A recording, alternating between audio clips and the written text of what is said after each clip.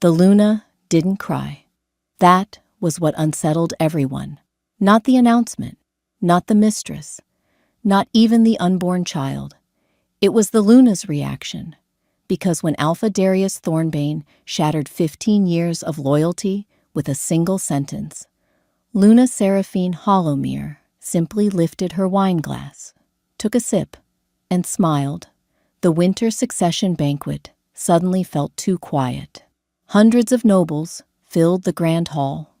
Crystal chandeliers glowed overhead. Musicians played softly. Servants moved between tables carrying silver trays.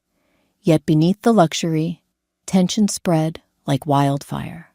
Because everyone had noticed who stood beside the Alpha. Vivienne Blackrose, young, beautiful, and visibly pregnant. The rumors had circulated for months. Most people hoped they weren't true. Now, nobody could pretend anymore. Alpha Darius stood at the center of the hall, with one hand resting possessively on Vivienne's waist. His expression radiated pride, confidence, certainty, the confidence of a man who believed he was fixing a problem, not creating one. Across the room, Seraphine sat alone at the high table. Her silver gown shimmered beneath the candlelight. Her posture remained perfect, elegant, unshaken. The nobles watched her carefully, because if anyone had the right to be angry, it was her. For 15 years, she had stood beside Darius.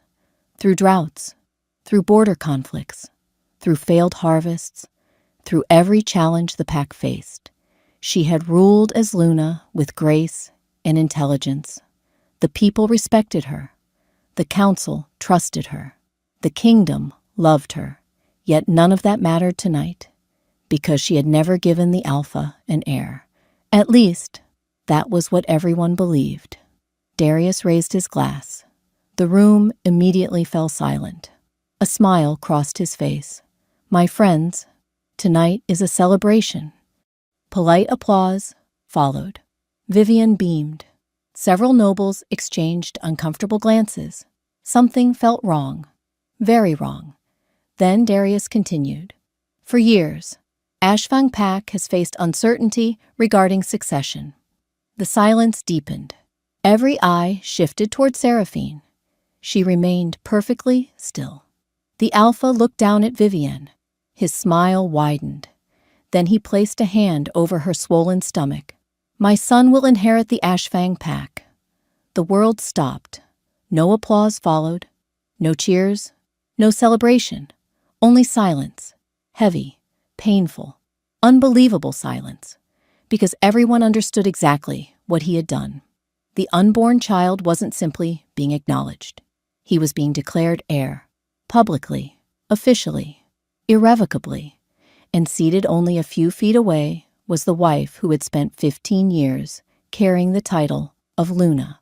Several nobles lowered their eyes. Others stared openly. One elderly council member looked physically ill. Nobody dared speak. Instead, they watched Seraphine, waiting, expecting tears, anger, humiliation, something, anything. Seraphine slowly lifted her wine glass. The movement seemed impossibly calm. She took a small sip, then smiled. Not a forced smile, not a broken smile, a peaceful one. The kind of smile people wear when they've finally made a decision. For reasons he couldn't explain, a chill crawled down Darius's spine. The feeling lasted only a moment, then disappeared. He dismissed it immediately. After all, Seraphine was calm, reasonable, understanding. She always had been. The banquet resumed. Music returned. Conversations restarted. Life moved forward. Yet less than an hour later, Seraphine quietly rose from her seat. No dramatic exit. No confrontation. No farewell. She simply walked toward the doors. Several nobles watched her leave. One servant curtsied. Seraphine smiled kindly in return, then disappeared beyond the grand hall. As the doors closed behind her, Darius glanced up briefly. Their eyes met across the room, and, for the first time that evening, something felt wrong, terribly wrong, because the smile she gave him didn't look like forgiveness. It looked like goodbye. The celebration continued long after Seraphine left. If anyone noticed her absence, they didn't mention it, or perhaps they simply chose not to. After all, nobody wanted to draw attention to the obvious. The Luna had just been publicly replaced. Not in title, not yet, but in every way that mattered. Meanwhile, Alpha Darius Thornbane stood at the center of the banquet hall, accepting congratulations. Nobles raised glasses in his honor. Council members offered formal blessings for the future heir. Even neighboring pack representatives stepped forward to express support. Beside him, Vivian glowed beneath the attention. Her smile never faltered. Neither did Darius's. For the first time in years, he felt as though a burden had been lifted. The succession issue was solved. The future was secure. The kingdom could finally move forward, or so he believed. Hours later, after the musicians finished their final performance, the guests began departing. The palace gradually quieted. Servants extinguished candles. Guards resumed normal patrols. And somewhere, in the darkness beyond the capital walls, Seraphine was already gone. Inside her chambers, the Luna moved with calm efficiency. No tears, no hesitation, no dramatic speeches whispered into the night. Only certainty. She opened drawers, packed a single travel case, selected practical clothing, a few books, important documents. Nothing more. 15 years of marriage reduced to what could fit inside one bag. The process should have hurt. Instead, it felt strangely peaceful, because the decision itself had been made long ago. The banquet merely confirmed it. When she finished, Seraphine crossed the room one final time. Moonlight spilled through the windows. Silver light touched the crown resting atop a velvet cushion, the symbol of her position, the symbol of her sacrifices, the symbol of a life she was leaving behind. She didn't touch it. Instead, she turned away. The jewels remained. The gowns remained. The expensive gifts remained. Everything stayed exactly where it belonged, except her. Before dawn, she sat at her desk. A single sheet of paper waited before her. The message required only one sentence. No accusations, no explanations, no bitterness, just truth. When the ink dried, she folded the note carefully, placed it atop the desk, then stood. The room seemed unusually quiet, as though it already knew she would never return.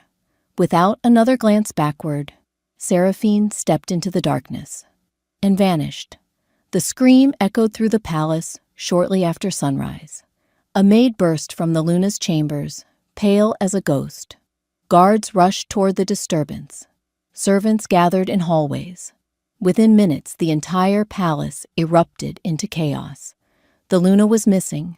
Council members arrived first, then advisors, then Darius himself. The Alpha entered the chamber expecting confusion, perhaps a misunderstanding. Instead, he found emptiness. The wardrobe stood open, most of its contents untouched. The dressing table remained perfectly organized. Jewelry boxes sat exactly where they always had. Everything appeared normal, except for one detail. Seraphine was gone. A strange unease settled inside his chest. For the first time since the banquet, genuine concern surfaced. Then, one of the servants discovered the note. The room fell silent as Darius unfolded it. His eyes scanned the elegant handwriting. Just one sentence, one simple sentence. Yet somehow it felt heavier than any accusation. You finally received the heir you wanted. I hope he gives you everything I could not. Silence filled the room. No one spoke. No one moved. Darius read the words again. and again. The chill he felt during the banquet returned immediately, only stronger, because suddenly he realized something. This wasn't an impulsive decision. This wasn't anger. This wasn't heartbreak. The room around him held evidence of careful planning, careful preparation, careful goodbye. Seraphine hadn't left because of last night. She had simply chosen last night as the moment to stop staying. At first, Darius refused to worry. The Luna had left. That was unfortunate, embarrassing, certainly, inconvenient perhaps, but not permanent. She would return.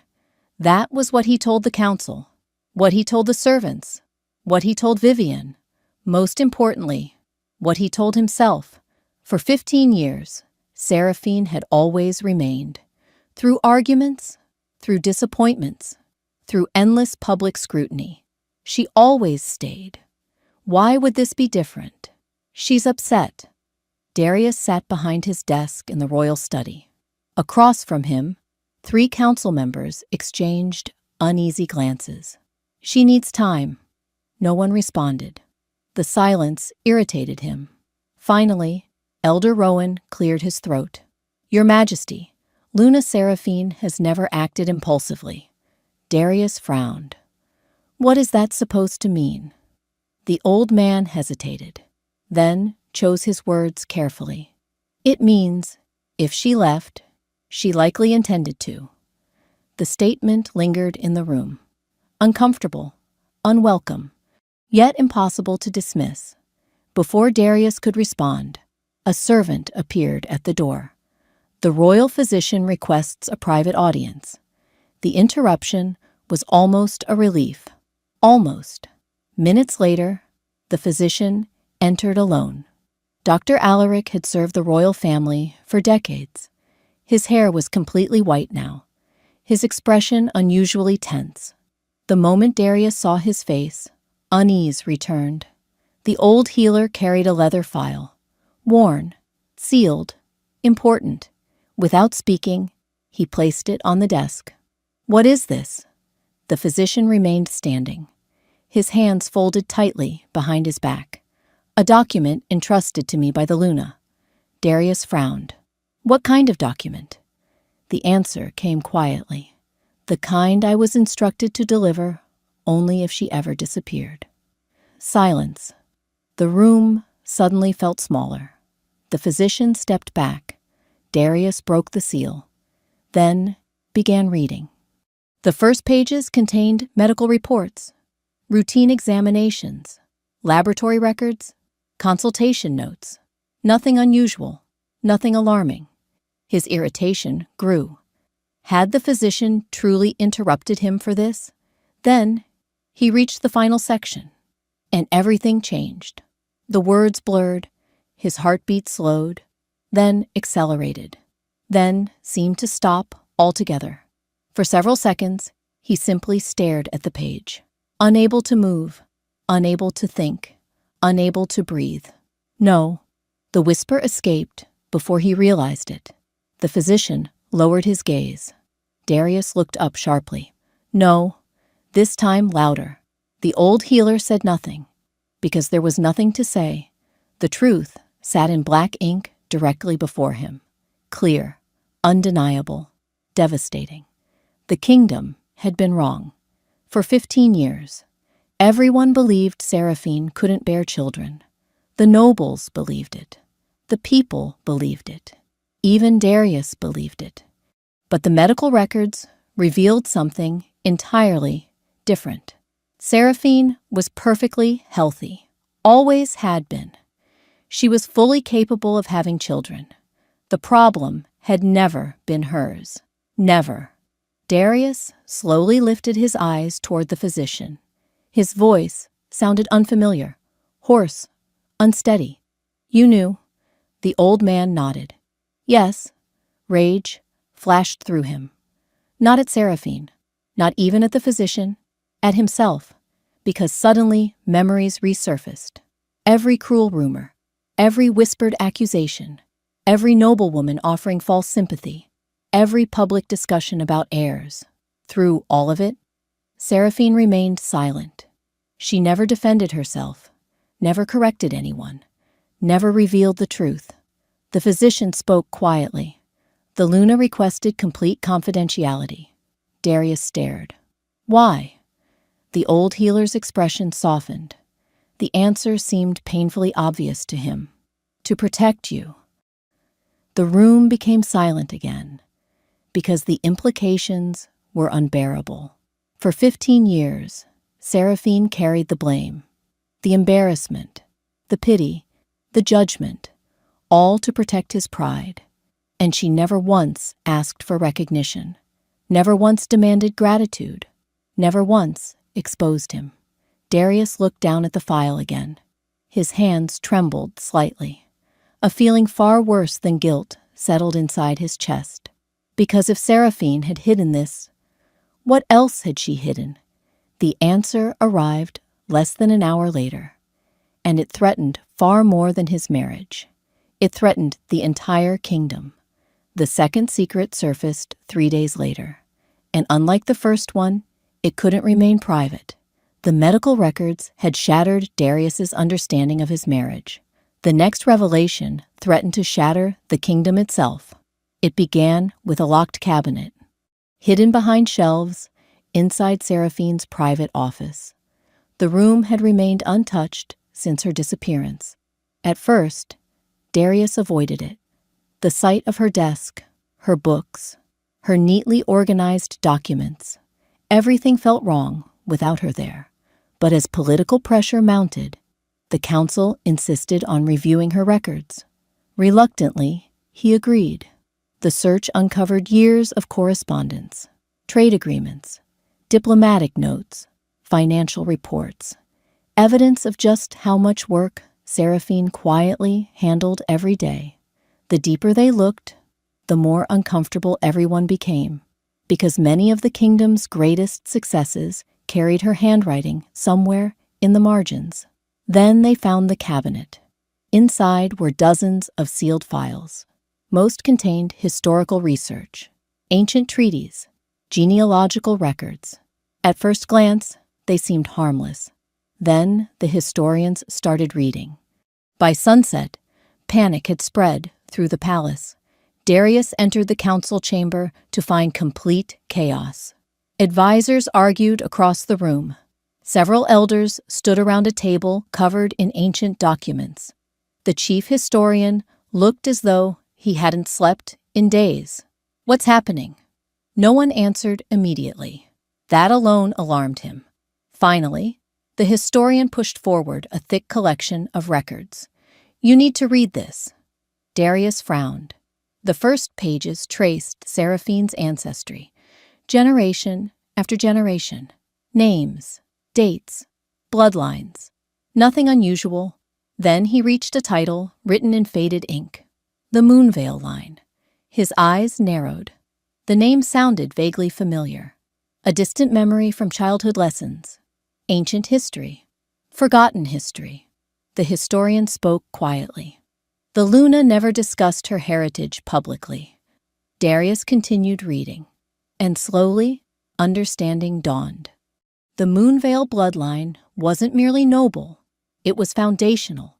Centuries earlier, several powerful pacts formed sacred alliances that eventually became the modern kingdom.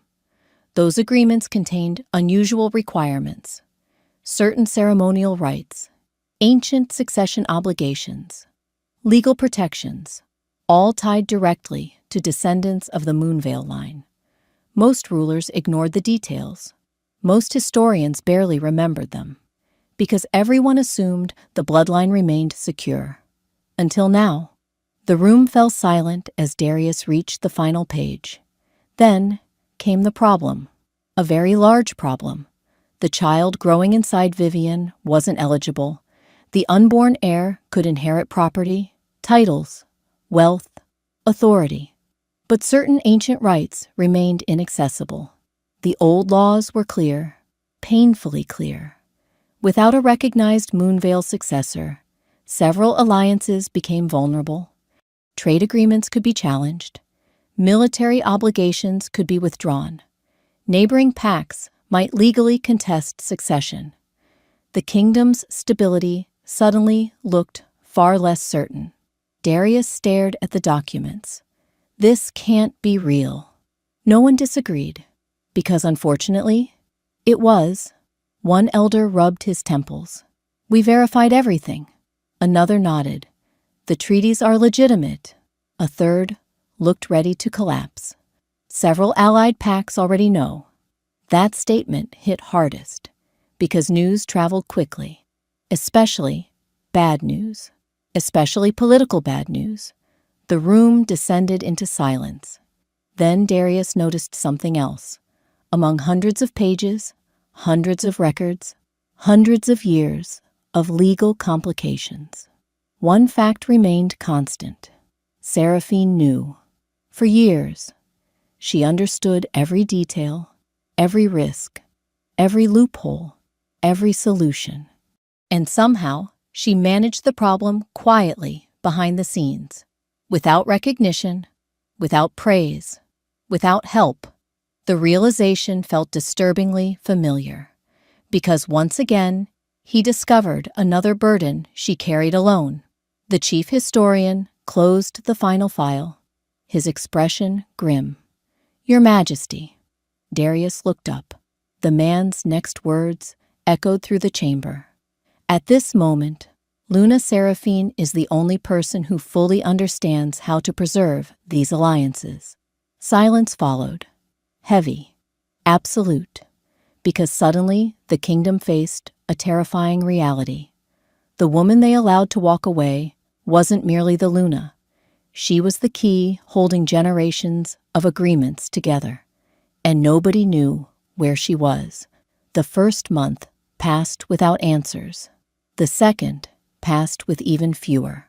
By the third month, the kingdom had stopped asking where Luna Seraphine had gone. Instead, they started asking a far more troubling question. What happens if she never comes back? The succession crisis worsened with each passing week. Several allied pacts demanded clarification regarding inheritance rights. Ancient agreements required review. Legal councils met constantly. Historians buried themselves beneath mountains of records. And through it all, one fact remained unchanged. The person most capable of solving the problem was missing. Darius spent those months pretending to focus on governance, pretending to focus on diplomacy, pretending to focus on anything except the growing emptiness inside the palace. The lie became increasingly difficult to maintain. Every corridor reminded him of her. Every council meeting exposed another responsibility she once handled. Every report revealed some forgotten task she had quietly managed. It was like discovering hidden pillars inside a building. You never notice them until they disappear. Then, suddenly, the entire structure feels unstable. One evening, Elder Rowan entered the royal study carrying a stack of letters. The old advisor looked exhausted. Everyone did these days. What now? Darius barely looked up from his desk. The elder placed several reports before him. News from the Northern Territories. That captured his attention immediately. For months, scouts searched every neighboring region, every major city, every trade route. Nothing. Not a single credible sighting. Darius reached for the reports, then paused, because something felt different. Hope. A dangerous emotion.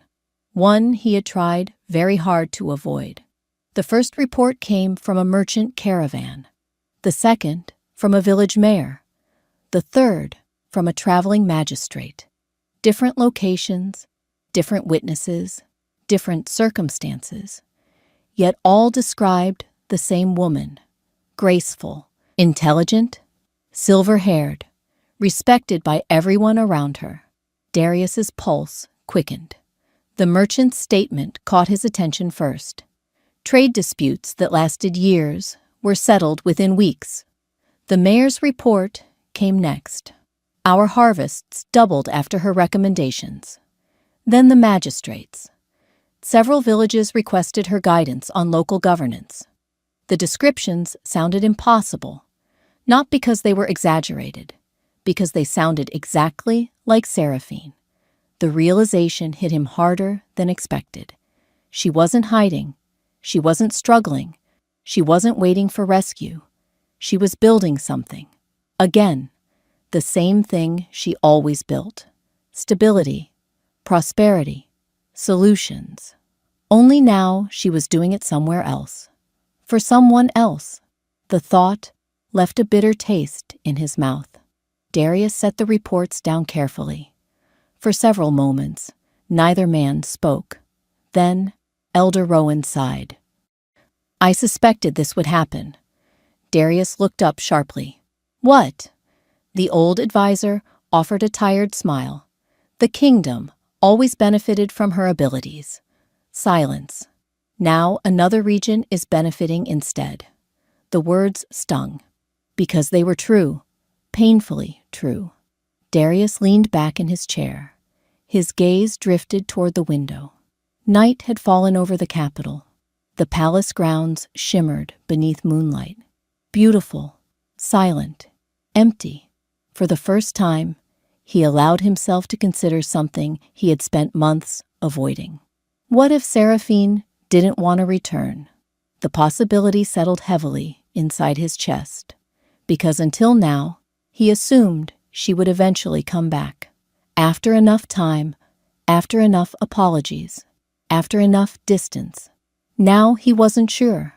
The reports described a woman who looked content, fulfilled, free. A woman no longer carrying an entire kingdom on her shoulders. And suddenly, he found himself wondering something he should have asked years ago. Was she happier without him? The answer frightened him, because deep down, he already knew it might be yes. The following morning, Darius summoned his horse. By sunset, he was riding north, not as an alpha searching for his Luna, but as a man finally beginning to understand what he had lost. The northern territories looked different from the capital, simpler, quieter, honest. Darius noticed that immediately. 3 days after leaving Ashfang Pack, he crossed into the region where the sightings originated.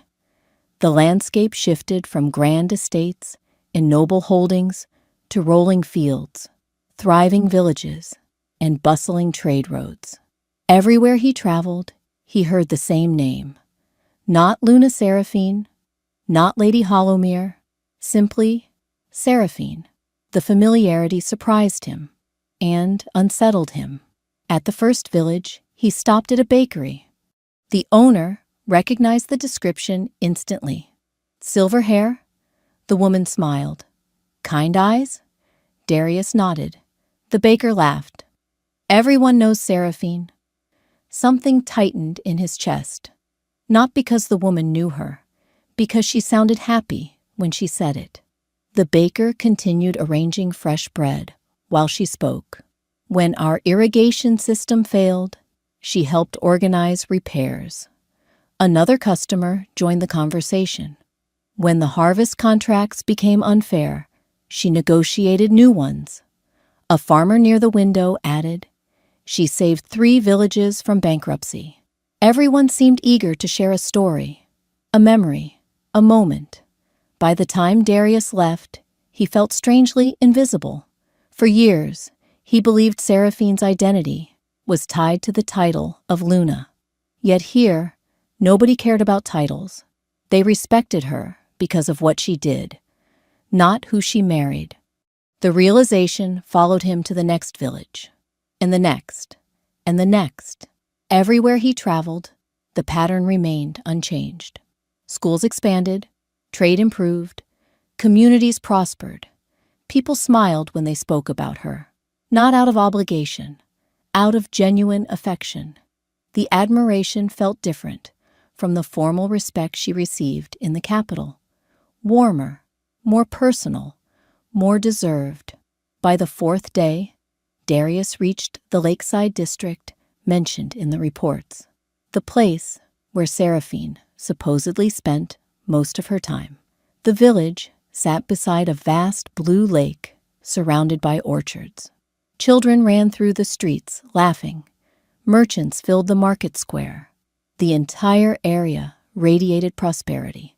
A prosperity that looked familiar, because he had seen it before, inside his own kingdom. For years, the connection struck him immediately. Everywhere Seraphine went, things improved. Not because she possessed magic, not because she carried special authority, because she cared, and because she worked.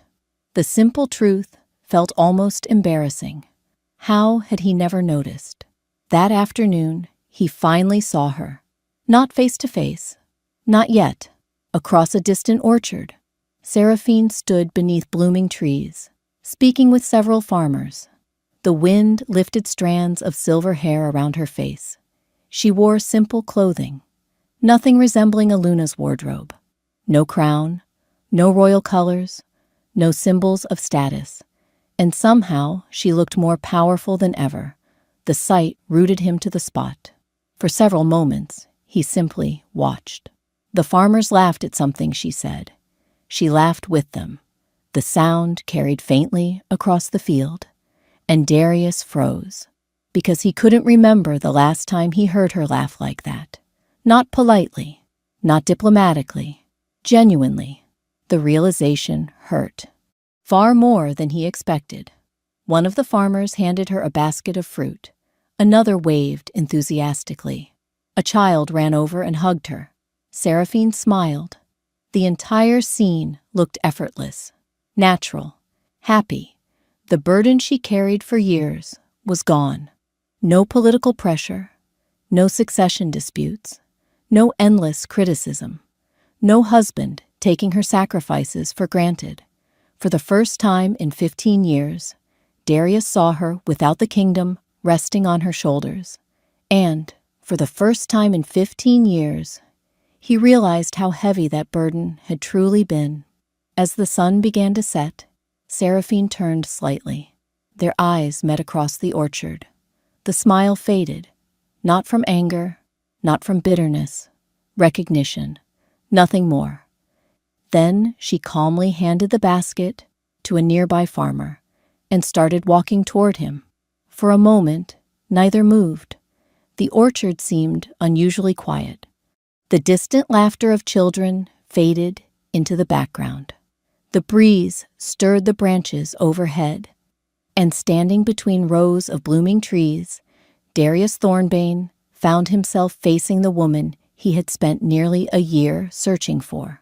Seraphine stopped several feet away, not close enough to touch, not far enough to feel like strangers. The distance felt appropriate. 15 years of marriage, 1 year of absence, a lifetime of things left unsaid. Neither seemed certain where to begin.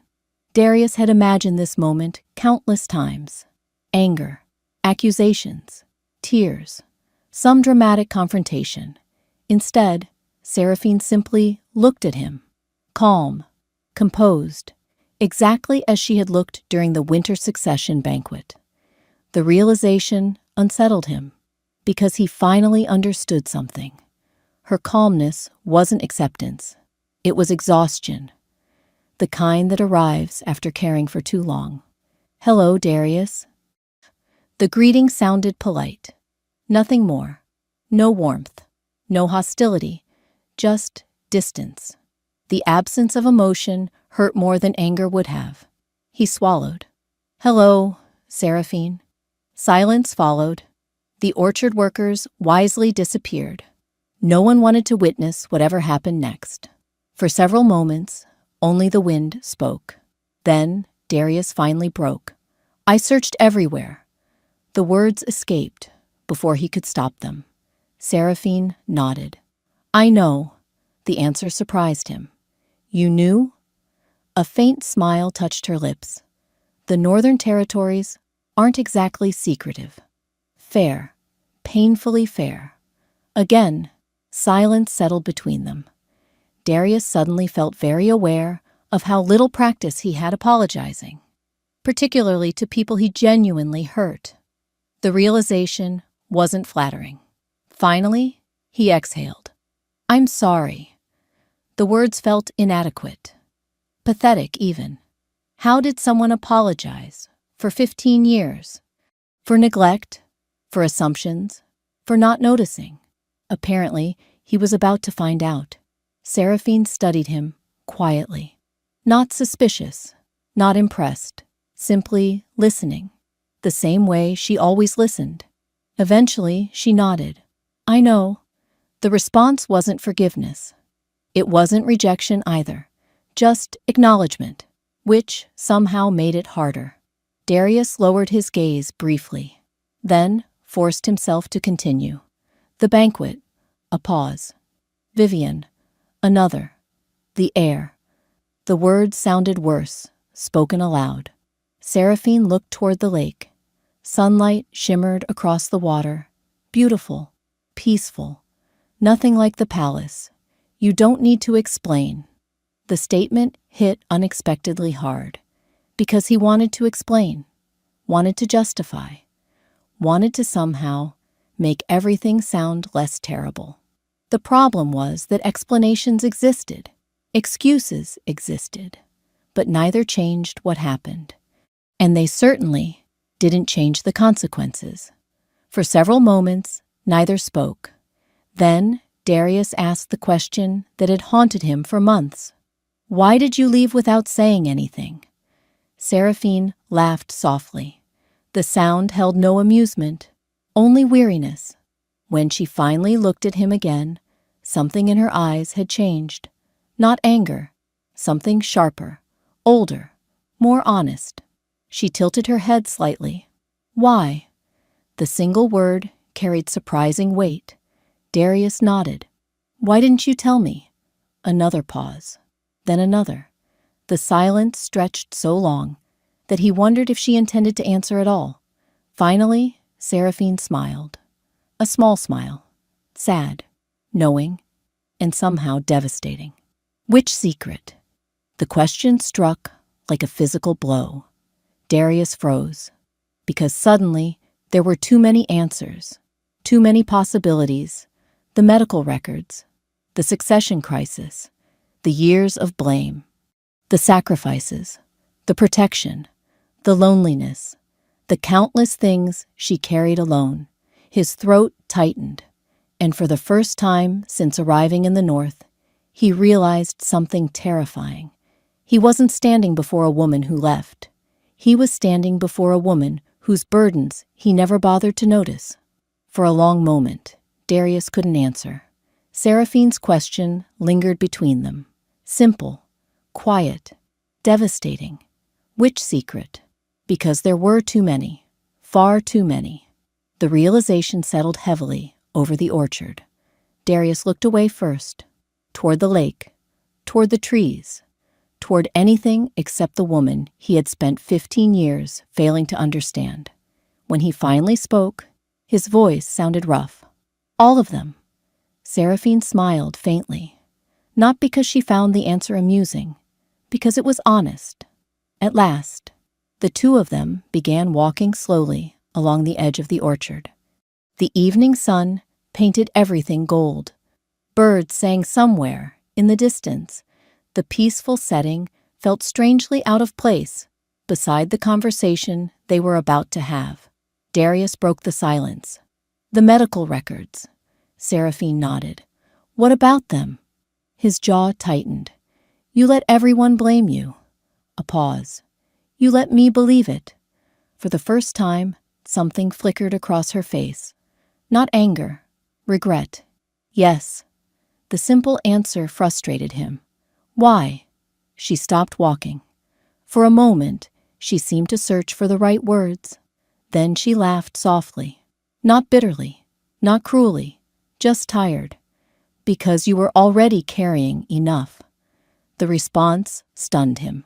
Seraphine looked out across the lake. When the physician discovered the truth, you had just taken leadership of the pack. Silence. Your father had died. Another pause.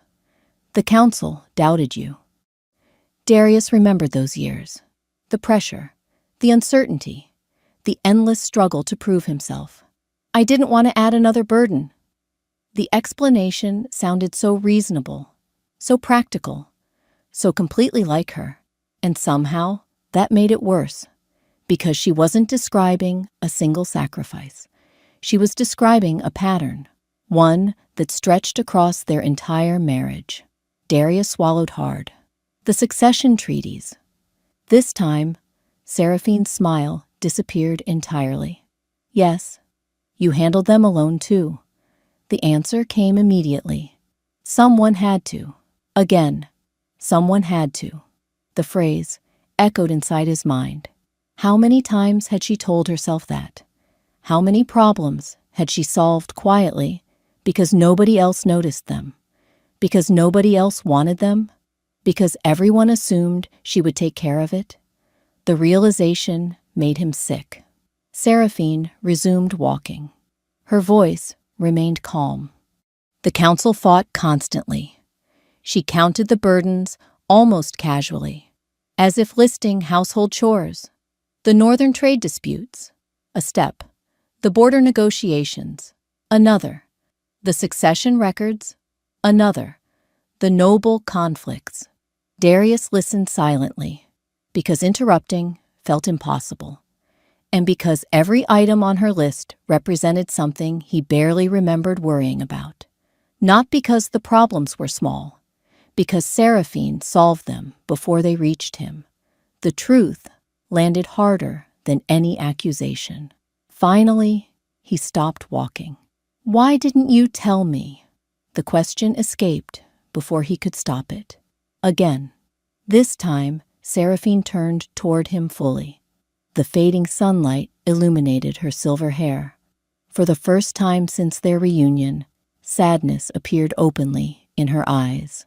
Not anger, not resentment, sadness. And somehow that hurt most of all. You want the truth? Darius nodded.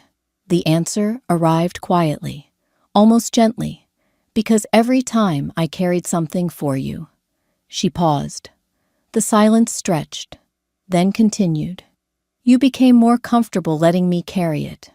The words struck with brutal precision, because they were true, painfully true. Darius opened his mouth, then closed it again. No defense came, no argument, no explanation, because deep down he knew exactly what she meant. At some point, he stopped noticing, stopped asking, stopped checking whether she was tired, whether she needed help, whether she was struggling. Not because he didn't care, because he became accustomed to her strength, accustomed to her competence, accustomed to her always being there. And once something becomes familiar enough, people start treating it as permanent. Seraphine looked toward the horizon. The sun was beginning to set. That's the danger of carrying someone's burdens for too long. Her voice softened. They eventually forget the burdens exist. Darius stood speechless, because for the first time in his life, he truly understood why she left. The sun disappeared behind the mountains. Twilight settled gently across the orchard. For several moments after Seraphine spoke, neither of them moved. The silence felt different now. Not uncomfortable, not uncertain, just honest. For the first time in years, there were no misunderstandings standing between them. Only truth. And truth, Darius was discovering, could be far more painful than deception.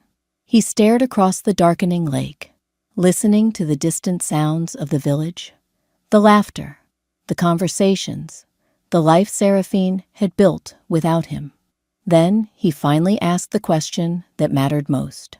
Was there ever a point where I could have stopped you from leaving? Tiur, Seraphine considered the question carefully, long enough that he wondered whether she would answer at all. Finally, she smiled. A small, thoughtful smile.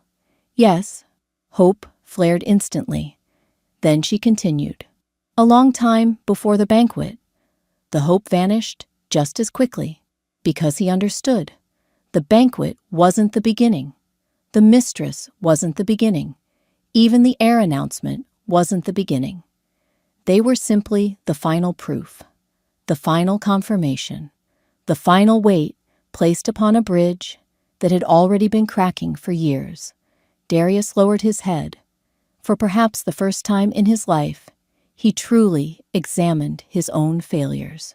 Not as an alpha, not as a ruler, as a husband. And the list was devastating. The things he failed to notice, the questions he never asked, the burdens he never saw, the sacrifices he accepted without recognizing them as sacrifices. All because Seraphine carried them so well. Nearby, the evening breeze stirred the orchard trees. Their branches swayed gently overhead, peaceful, steady, strong, much like the woman standing beside him. Eventually, Darius looked up. The kingdom needs you. The statement felt inadequate, yet it was true. The succession crisis remained unresolved. The treaties still required protection. The alliances still depended on knowledge only she possessed. Seraphine sighed softly. I know. For a moment, he feared she would refuse, that she would walk away again, and perhaps she would have every right. But Seraphine had always possessed one quality he admired, even when he forgot to appreciate it. She cared about people, more than politics, more than titles, more than pride. The innocent families living throughout the kingdom hadn't caused her pain. They didn't deserve to suffer for his mistakes. So over the following months, solutions were found. Ancient records were reviewed. Treaties were amended. Succession laws were clarified. Compromises were negotiated. The crisis gradually faded, not because Darius solved it, not because the council solved it, because Seraphine once again chose to help. The difference this time was simple. She helped on her own terms, not as a burden, not as an obligation, as a choice, and that distinction changed everything. Years later, historians would remember the winter succession banquet, but not for the reason Darius expected. They didn't remember the heir announcement. They didn't remember the mistress. They didn't remember the scandal. They remembered the disappearance. The morning the Luna vanished, the day an entire kingdom realized how much of its stability rested on one woman's shoulders. Children eventually learned the story in schools. Future alphas studied it during their training, not as a tale about succession, but as a lesson, a warning, because the truth, at its heart, never changed. The people who protect you the most often do it quietly, so quietly that you stop noticing. You begin believing the problems solve themselves, the burdens carry themselves, the sacrifices cost nothing, until one day those people step away, and suddenly the weight they carried crashes down around you. By then, the person who held everything together may already be gone, and if you're fortunate enough to find them again, the first thing you learn is that they never needed you as much as you needed them.